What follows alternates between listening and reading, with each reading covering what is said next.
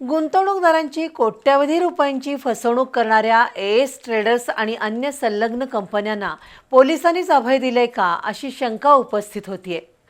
Kolhapur circuit बेंचनं याबाबत तत्कालीन police अधीक्षक महेंद्र पंडित यांच्यावरही ताशेरे ओढलेले आहेत।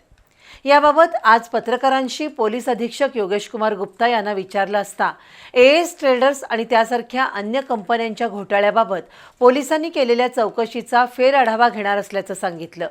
त्यामुळे अनेक जण गजाआड जाण्याची आणि गुंतवणूकदारांना दिलासा मिळण्याची शक्यता आहे।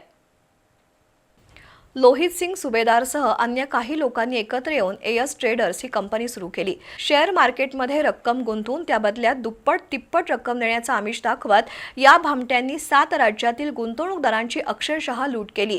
एएस ट्रेडर्ससह अन्य 16 कंपन्यांनी कोट्यवधी रुपयांचा आर्थिक घोटाळा केला असून अजूनही काही संचालक आणि एजंट गायब आहेत। सुरुवातीला शाहूपुरी पोलीस आणि त्यानंतर आर्थिक गुन्हे अन्वेषण शाखेनं या घोटाळ्याचा आजवरचा तपास केलाय, पण त्याबाबतही अनेक शंका आहेत। पोलिसांनीच एएस ट्रेडर्स आणि अन्य कंपन्यांच्या संचालक आणि एजंटांना अभय दिलंय की काय अशी शंका येते।